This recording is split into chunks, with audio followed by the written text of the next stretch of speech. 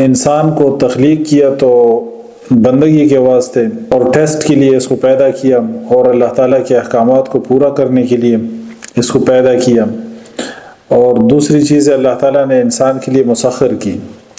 تو کریٹر نے ان چیزوں کا مقصد بھی بتا دیا۔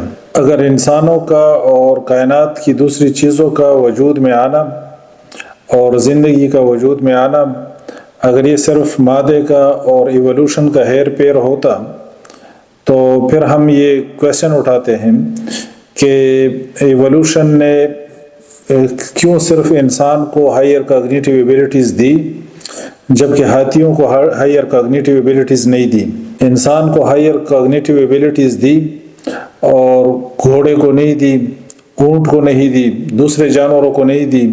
تو پھر ہم یہ کویسچن کرتے ہیں۔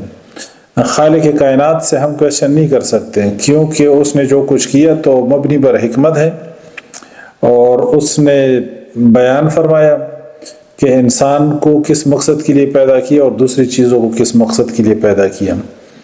اور اگر آپ کہتے ہیں کہ یہ مادے کا ہیر پیر ہے اور یہ ایولوشن کا گیم ہے تو پھر ہمیں بتائیں ذرا کہ اس ایولوشن نے جو ہاتھی کا اتنا بڑا دماغ ہے تو اس ایولوشن نے ہاتھی کو کیوں ہائر کاگنیٹیو ایبیلٹیز نہیں دی اور انسان کو کیوں ہائر کاگنیٹیو ایبیلٹیز دے دی؟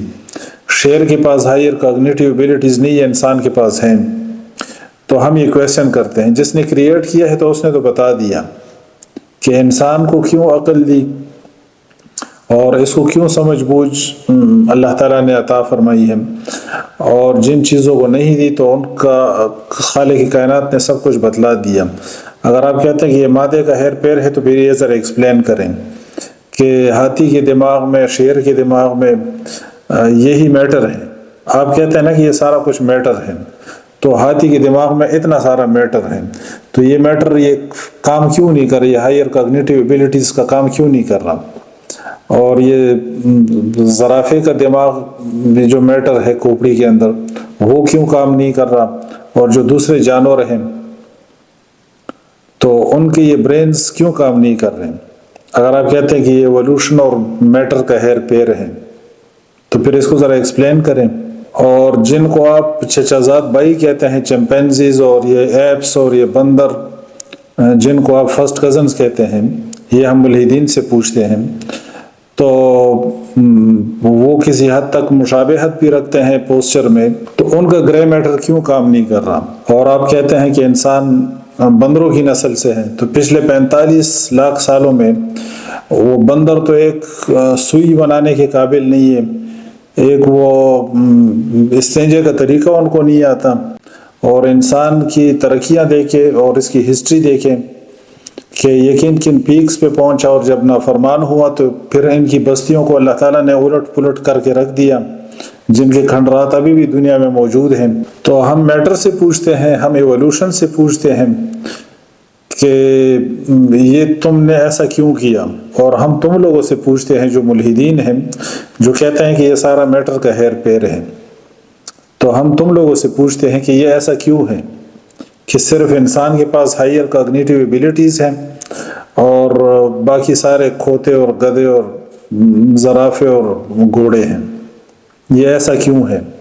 اور جو کریٹر ہے، جس نے کریٹ کی ہیں چیزیں، تو اس نے بتا دیا کہ اس نے انسان کو کیوں ہائر کاگنیٹیو ایبیلٹیز دی ہیں اور دوسرے جانوروں کو کیوں نہیں دی۔ یاد رکھیں کہ یہ مادے کا اور ایولوشن کا ہیر پیر نہیں، بلکہ یہ ساری چیزیں اللہ نے تخلیق کی ہیں اور ان سب چیزوں کو برابر کیا۔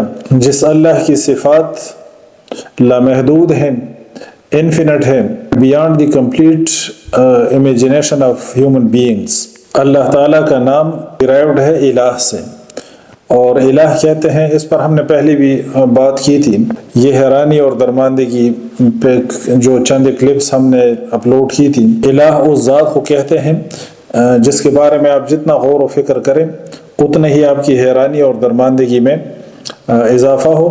قرآن دعوت دیتا ہے اللہ کی تخلیق میں غور و فکر کرنے سے۔ اس یونیورس میں، اس کائنات میں جتنا آپ غور و فکر کریں گے اتنا ہی آپ کی حیرانی اور درماندگی میں اضافہ ہوگا۔ روز بروز کی سرچز اور جو ڈسکوریز ہیں یہ آپ کو سرپرائز اور اسٹانشمنٹ اور حیرانی کے سوا کچھ نہیں دیتی، اور یہ حیرانی اور درماندگی اصل میں ان فیکٹس کے بارے میں نہیں، اس یونیورس کے بارے میں نہیں، بلکہ یہ حیرانی اور درماندگی اس لافانی ہستی کے بارے میں ہے جس نے اس کائنات کو تخلیق کیا اور جس نے یہ اتنی ونڈرفل چیزیں تخلیق کی ہیں، اور یہ اسی طرح جاری رہے گا۔